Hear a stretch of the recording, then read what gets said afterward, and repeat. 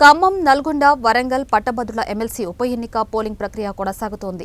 Polling కేంద్రాల వద్ద ఓటర్లు బారులు తీరారు. ఓటర్లకు ఎలాంటి అసౌకర్యాలు కలగకుండా అన్ని ఏర్పాట్లు చేశారు అధికారులు. ఇక పోలింగ్ రూమ్ కి సెల్ ఫోన్ అనుమతించకుండా ప్రత్యేక చర్యలు తీసుకుంటున్నారు ఎన్నికల సిబ్బంది. ఎక్కడా ఎలాంటి ఘటనలు జరగకుండా పోలీసులు పహారా కాస్తున్నారు.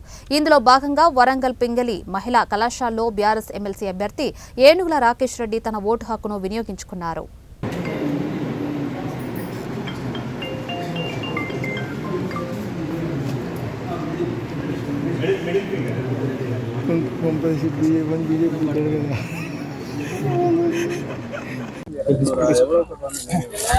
Please.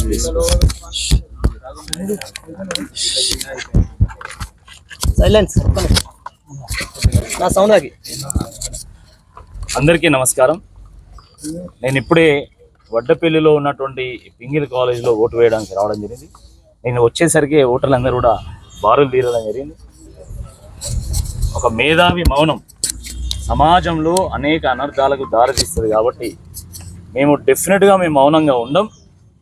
మేము డెఫినెట్గా ఒక స్ఫూర్తిదాయకమైనటువంటి ఒక తీర్పునిస్తాము, సమాజానికి ఒక దిక్సూచిగా నిలిచేటువంటి ఒక తీర్పునిస్తామని చెప్పేసి ఓటర్లు కసితోని అట్ ద సేమ్ టైం నా మీద ప్రేమతోని వాళ్ళు ముందే వస్తూ ఉన్నారు, ముందే క్యూలు కడతా ఉన్నారు. నాకైతే సంపూర్ణమైనటువంటి ఒక విశ్వాసం ఉంది. పట్టభద్రులు ప్రతిభకే పట్టం కడతారు. ప్రాంతాలకు అతీతంగా, పార్టీలకు అతీతంగా ఈరోజు చాలామంది రాకేష్ రెడ్డిని ఎన్నుకోవాలి, బీఆర్ఎస్ అభ్యర్థి రాకేష్ రెడ్డిని ఎన్నుకోవాలనేటువంటి ఒక ఆలోచనతోనే వారు పోలింగ్ బూతుల దగ్గరికి వాళ్ళు అడుగులు వేస్తూ ఉన్నారు. నేను ప్రజల్లో దేవుణ్ణి చూసినటువంటి వాడిని, ప్రజల్లో దైవత్వాన్ని దర్శించినటువంటి వాడిని, ప్రజాసేవ చేయాలనేటువంటి ఒక తపనతోని 11 ఏళ్ల క్రితం నేను ఉద్యోగం మానేసుకొని అమెరికా నుండి తిరిగి భారతదేశానికి వచ్చి నేను రాజకీయాల్లో చేరినటువంటి వ్యక్తిని కాబట్టి నేను ప్రజలతో ఉన్నా, ప్రజలతో మమేకమయ్యాను. ప్రజలకు ఆపద ఉన్నప్పుడు నేను అండగా నిలిచిన, వాళ్ళకి ఆసరా అవసరం వాళ్ళ తలలో నాలుకలా ఉన్నాను కాబట్టి తప్పకుండా నా సేవలు కూడా వాళ్ళు గుర్తుంచుకుంటారు. నేను పోరాడినటువంటి ఆ తీరును గుర్తుంచుకుంటారు. నేను తెగించి ప్రశ్నించినటువంటి తీరును గుర్తుంచుకుంటారు. కాబట్టి తప్పకుండా ఒక మంచి తీర్పును వస్తుందని చెప్పేసి నేను సంపూర్ణమైనటువంటి ఒక విశ్వాసంతో ఉన్నా.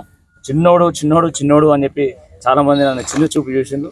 కానీ నువ్వు చిన్నోడివి కాదు అని చెప్పి కేసీఆర్ గారు పెద్ద మనసుతో నన్ను చేరదీసి మరి నేను పెద్దల సభకు పంపుతా, నువ్వు పేదోళ్ళ గురించి పెద్దగా ఆలోచించు, సమాజం గురించి పెద్దగా ఆలోచించు అని చెప్పేసి వారు నాకు గొప్ప అవకాశం ఇచ్చినటువంటి అవకాశాన్ని తగ్గట్టుగా ఈరోజు భారతీయ జనతా పార్టీ మొత్తం క్యాడర్ నాతో ఉన్నది.